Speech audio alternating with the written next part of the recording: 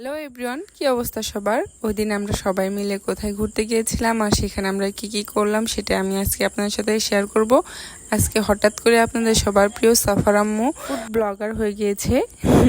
যাই হোক, just kidding. ওই দিন আমরা সবাই মিলে হঠাৎ করে প্ল্যান করি যে সবাই মিলে একটু হালিম খেতে যাব, আর যে কথা সেই কাজ। এই তো সবাই মিলে রওনা হয়ে গিয়েছিলাম বিকেলবেলা। আমরা বের হয়েছিলাম মোটামুটি 4টার দিকে। আর এখানে হচ্ছে আমরা গাড়ির জন্য অপেক্ষা করতেছিলাম সবাই মিলে। আমরা কোনো অটো বা ভ্যান পাচ্ছিলাম, যেহেতু আমরা হচ্ছে 5 জন ছিলাম। জন্য আমরা এক ভ্যানেও যেতে পারতেছিলাম না, আবার দুটো নিলেও রাজি হচ্ছিল না যে 2 জন নিয়ে যাবে একজন ভ্যান।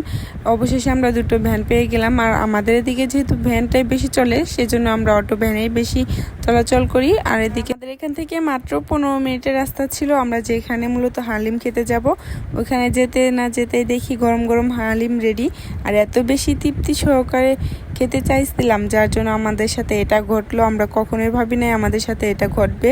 আর হালিমটা দেখতে অনেক বেশি ইয়ামি লাগতেছিল। পরবর্তীতে আমরা যখন এই হালিমটাকে প্রথমবার মুখে নেই, আমি তো পুরা একটা মাংসতে কামড় দেওয়ার পর উঠে পড়ছি। তারপর আমি আর খাই নাই। ওই হালিমটা এত বেশি বাজে লাগতেছিল, এত বেশি মাংসতে কামড় দেওয়ার সাথে সাথে একটা বাজে স্মেল আসতেছিল। আর এদিকে বড়া ছিল। হালিম খাওয়ার পর এত বাজে অভিজ্ঞতা হওয়ার পরে এর কারণে আমরা আর ওখান থেকে কোনো কিছু নেইনি। আমরা সোজা চলে গিয়েছিলাম যমুনাতে। আর এটা হচ্ছে আমাদের ওখানে যাওয়ার সময় আমি কিছু ফুটেজ নিয়েছিলাম। আর ওই দিন অনেক অনেক বেশি মজা করছি, যেহেতু আমরা একটু বিকেল টাইমে গিয়েছিলাম, সূর্যটাও কম দিচ্ছিল। আর বিকেলবেলা এদিকটায় হাঁটতে অনেক বেশি ভালো লাগতেছিল। আর যেখানে যাচ্ছিলাম এরকম এই টাইমটাতে কৃষ্ণচূড়া ফুল বা এটাকে কি যেন বলে মনে নাই, যাই হোক এটা অনেক বেশি দেখা যাচ্ছিল।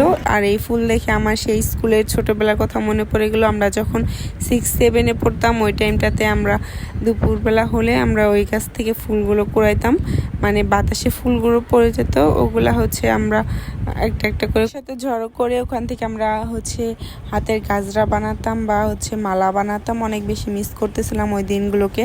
আর এদিকে আমরা যেতে না যেতে সূর্যটা মোটামুটি এরকম অবস্থায় ছিল, প্রায় অস্ত যাচ্ছিল।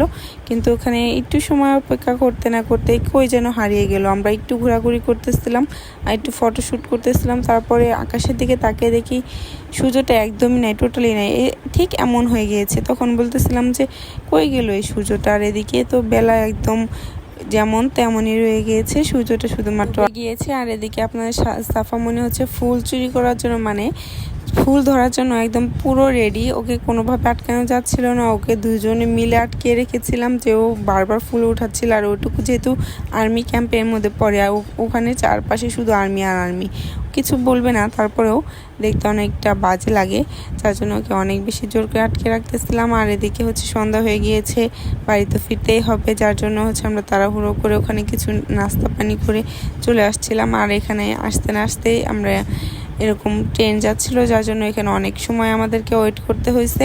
অবশেষে ট্রেনটা যখন পার হয়ে গেল, আমরা প্রায় সন্ধ্যার 7টার দিকে বাসায় ফিরেছিলাম।